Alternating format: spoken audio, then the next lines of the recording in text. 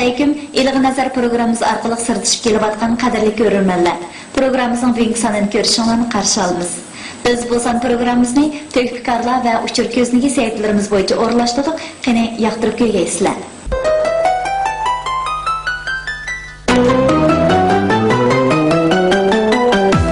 Qadirli görürmenler, bizde yaxşının özü ölsünü, sözü ölmeydi deydiğen hikmetlik maqalı var.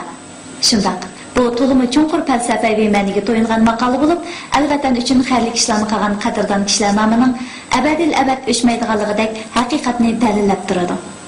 20-asr Uyg'ur adabiyotining muhim sarkillarining biri, bugungi zamon Uyg'ur prozachiligining bayroqdorlari qatoridan o'rin olgan mashhur realistik yozuvchi Zo'rdin Sabir ana shunday qadrdon o'g'lonlarning ulgusi bo'lib, u o'zining Uyg'ur turmushining eng mukammal o'rnaklarini aks ettirib yozgan tematik doirasi keng, badiligi yuqori, hissiyot tundurmasi kuchli, reallik asosi puxta bir yurish nodir roman, povest hikoyalari orqali xalqimiz qalbiga yemirilmas obida tiklab berdi. Biz Güzel G'ulji shahri saxovatlik kuz quyoshi nurida oltindek juloliq tus olgan kunlarning birida G'ulji shahrlik 2-o'rta maktabga jam bo'lib, ataliq yozuvchi Zo'rdin Sabir xotira uyining ichilish murosimiga shohid bo'ldik. Ana yurt o'g'li Zo'rdin Sabirning hayotlik obidasini texim yaqinlashtiradigan bu qitimqi murosim faoliyati yozuvchining ona maktabi G'ulji shahrlik 2-o'rta maktabning sohibxonligida o'tkazilgan bo'lib, faoliyatga taklifga binoan Urumchi qatorliq joylardan kelgan har soha mutaxassislari, yozuvchining oila tobatlari, urug' tuqqanlari va hayot vaqtidagi kasbdosh sabdoshlari, elidagi yozuvchi shoir, ziyolilar hamda ma'ruf xizmatchilarini o'z ichiga olgan 150 nafardan ortiq kishi qadam tashrif qildi. Faoliyatning muqaddimasi yig'in bilan boshlanib, avval yig'in boshqaruvchi yozuvchi Zo'rdin Sabirning hayot musofasi va ijodiyat jarayonini bir qur tunishtirib o'tdi. Ondan G'ulji shahrlik 2-o'rta maktabning mudiri Shuhrat Nig'mat so'zga chiqib, bu qitimqi faoliyatning o'tkazilishiga aloqador ishlar va Zo'rdin Sabir xotira uyining barliq kelishining real ahamiyati haqida to'xtaldi. Yig'in jarayonida Abdunum rayonlik yozuvchilar jamiyatining sobiq raisi Mamtimin Hoshur, Eli oblastlik adabiyot san'atchilar birlashmasining sobiq muavin raisi Tursi Muhammad Emin, Xinjiang universitetining professori Bug'da Abdulla, Zo'rdin Sabirning rafiqasi Xalcham Yusuf qatorliqlar so'zga taklif qilinib, marhumning bebaho odamiylik fazilatlari va o'zining adabiy ijodiyatga beg'ishlash ruhi, o'zlarida unutilmas ta'sirat qoldirgan ishlarga aloqador xotirlarni noyda ta'sirli tillar bilan eslab o'tdi. Yozuvchi Zo'rdin Sabirning rafiqasi Xalchamada yozuvchining Ona yurt trilogiyasining yozma nusxasini G'ulji shahrlik 2-o'rta maktabda qurilgan Zo'rdin Sabir xotira uyiga mangulik mulk sifatida taqdim qiladiganligini aytganida chilingan olqish chavaklari yig'in kayfiyatini jonlantirib o'tdi. Mashhur yozuvchimiz Zo'rdin Sabirningki xotira uyini qurib chiqishda tuvanti bir necha maqsadlar asos qilindi. Birisi yozuvchimiz Zo'rdin Sabir Umid maktabi, ya'ni 2-o'rta maktabda 64-yildan 79-yilgacha, mana shu 15 yil jarayonda shu maktab ishlagan. Nurg'un emgaklari bor maktabda, ajri bor, nurg'un tarbiyalash shogirdlari bor, xizmatdoshlari bor. Shu tarixni bir aslash uchun birinchi qadamda bu xotirani qurdik.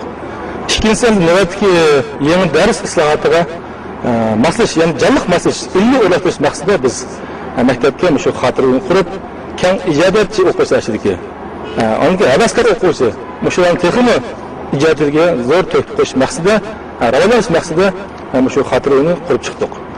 Uchinchidan endi ilm amaliyot qismiga biz davlat qurgan 60 yillikqa so'q sifatida ilidagi yozuvchi adib shoirlarning tarixini bunga chiqardik. Demak, bu xotira bir universal xarakterdagi yangi darslik boyligi manbasi. Buni qiymat intayin zo'r. Menga bu o'quvchilar uchun darsxona boyligi hisoblanadi.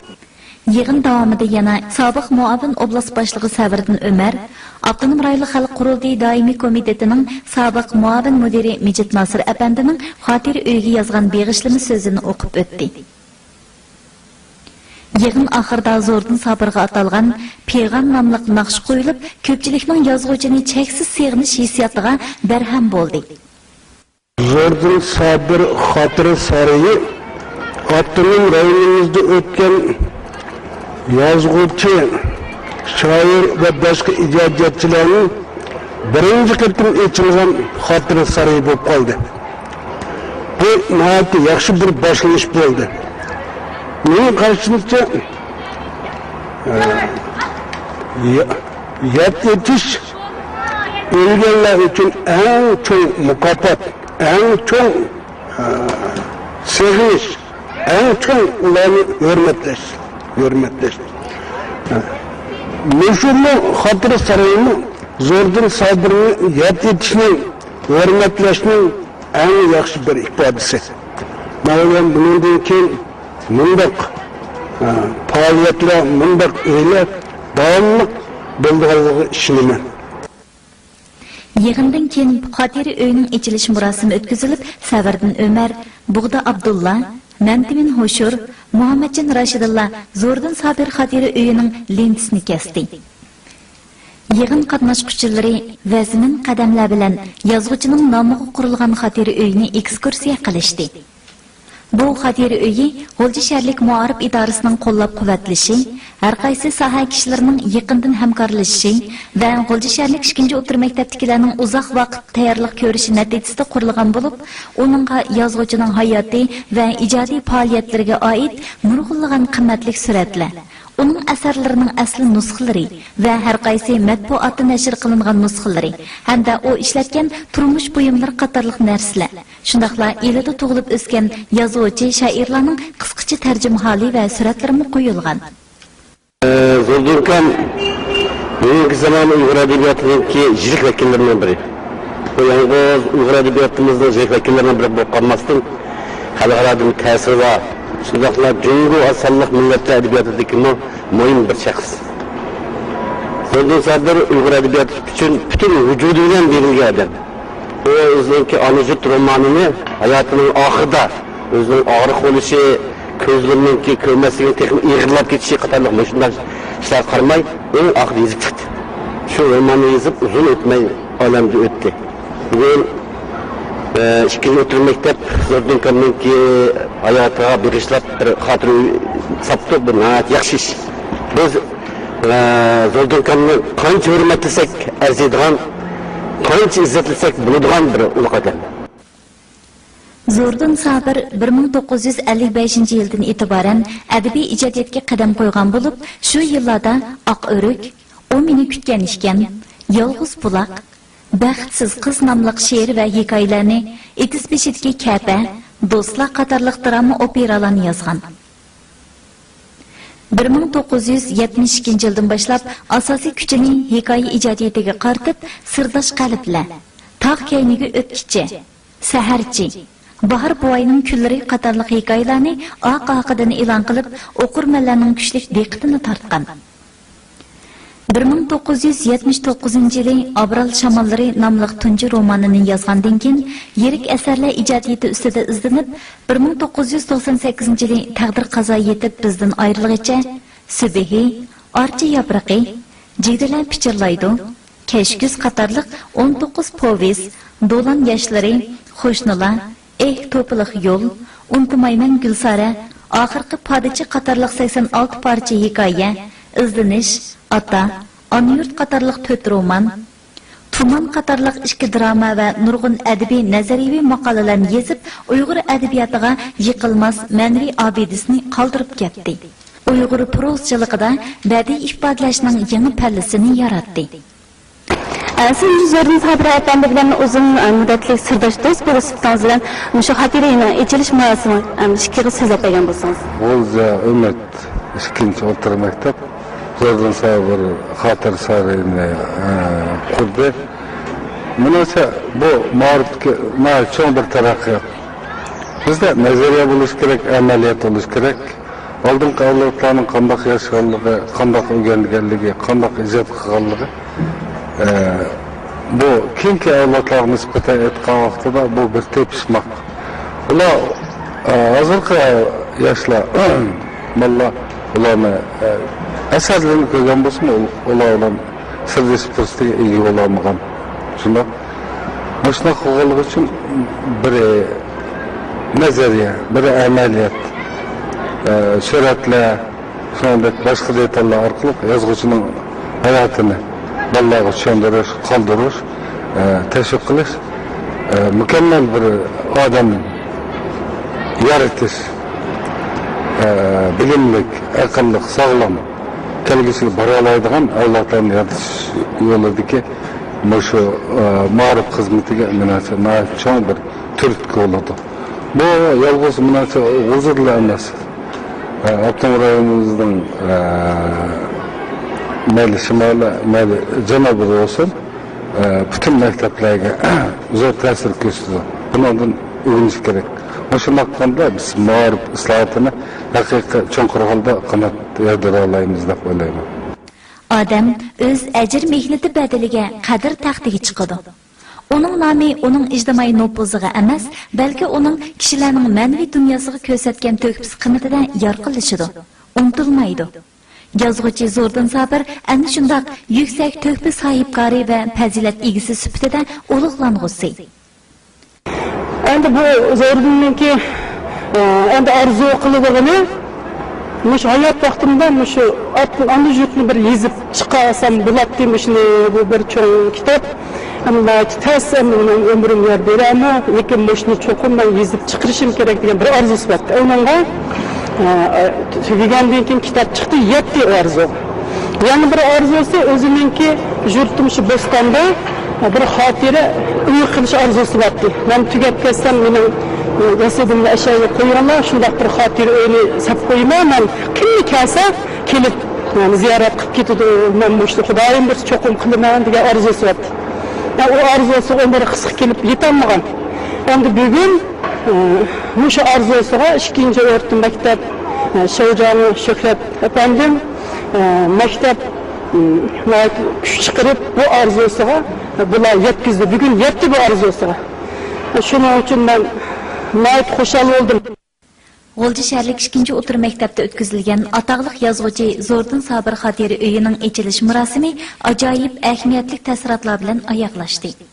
Faoliyat oxirida yig'in qatnashchilari kollektiv suratga tushib, bu xayrli faoliyatning mangu yordamchisi sifatida xotira qoldirdi.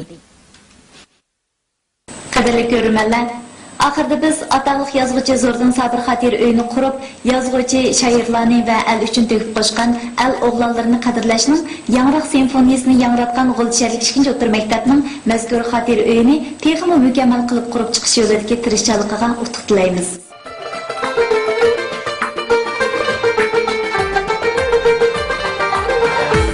Programımızın bugungi sonida oxirlashdi. Biz oxirda barliqlarning tininglarga salomatlik, turmushinglarga xotirjamlik tilaymiz. Programımızın kelarki yangilar orqali ko'rishaylik. Xayr xo'sh.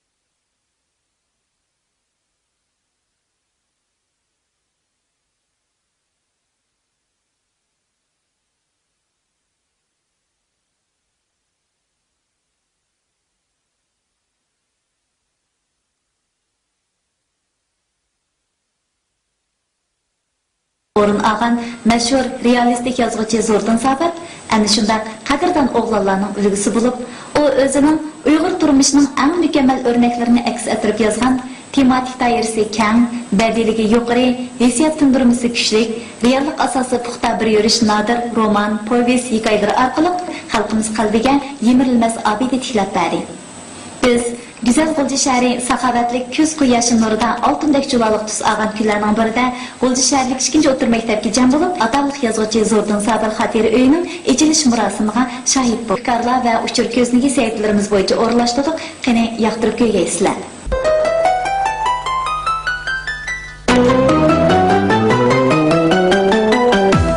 Qadrli ko'rurmanlar, bizda yaxshining o'zi o'lsimi, so'zi o'lmaydi deydigan hikmatlik maqoli bor. Shundaq bu to'limi chunqur falsafaviy ma'niga to'yingan maqola bo'lib, al-vatan uchun xayrli ishlarni qilgan qadrdon kishilar nomining abadil abad o'chmaydiganligidek haqiqatni dalillab turadi. 20-asr Uyg'ur adabiyotining muhim sarkillarining biri bugungi zamon Uyg'ur prozachiligining bayroqdorlari qatoridan faoliyatning muqaddimasi yig'in bilan boshlanib, avval yig'in boshqaruvchi yozuvchi Zo'rdin Sabirning hayot musofasi va ijodiyat jarayonini bir qur tunishtirib o'tdi. Ondan G'ulji shaharlik 2-chi o'rta maktabning mudiri Shuhrat Nig'mat so'zga chiqib, bu qitimqi faoliyatning o'tkazilishiga aloqador ishlar va Zo'rdin Sabir xotira uyining barliq kelishining real ahamiyati haqida to'xtaldi. Yig'in jarayonida Abdunum rayonlik yozuvchilar jamiyatining sobiq raisi Mamtimin Noshur, Eli oblastlik adabiyot san'atchilar birlashmasining sobiq muavin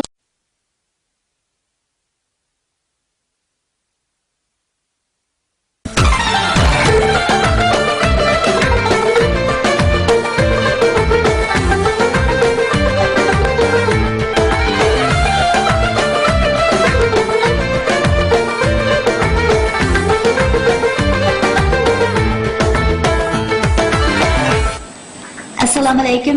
Ilg'i nazar programmamiz orqali sirdishib kelayotgan qadrli ko'rurmanlar. Programmamizning bugungi sonini ko'rishingizni qarshi olamiz. Biz bu son programmamizni to'y qildik. Ona yurt o'g'li Zo'rdin Sabirning hayotlik abidisini texim yaqinlashtiradigan bu qitimqi murosim faoliyati yozuvchining ona maktabi G'ulji shaharlik 2-chi o'rta maktabning sohibxonligida o'tkazilgan bo'lib, faoliyatga taklifga binoan Urumchi qatorliq joylardan kelgan har soha mutaxassislari, yozuvchining oila tobatlari, urug' tuqqanlari va hayot vaqtidagi kasbdosh sardoshlari, elidagi yozuvchi, shoir, ziyolilar hamda ma'rif xizmatchilarini o'z ichiga olgan 150 nafardan ortiq kishi qadam tashrif qildi.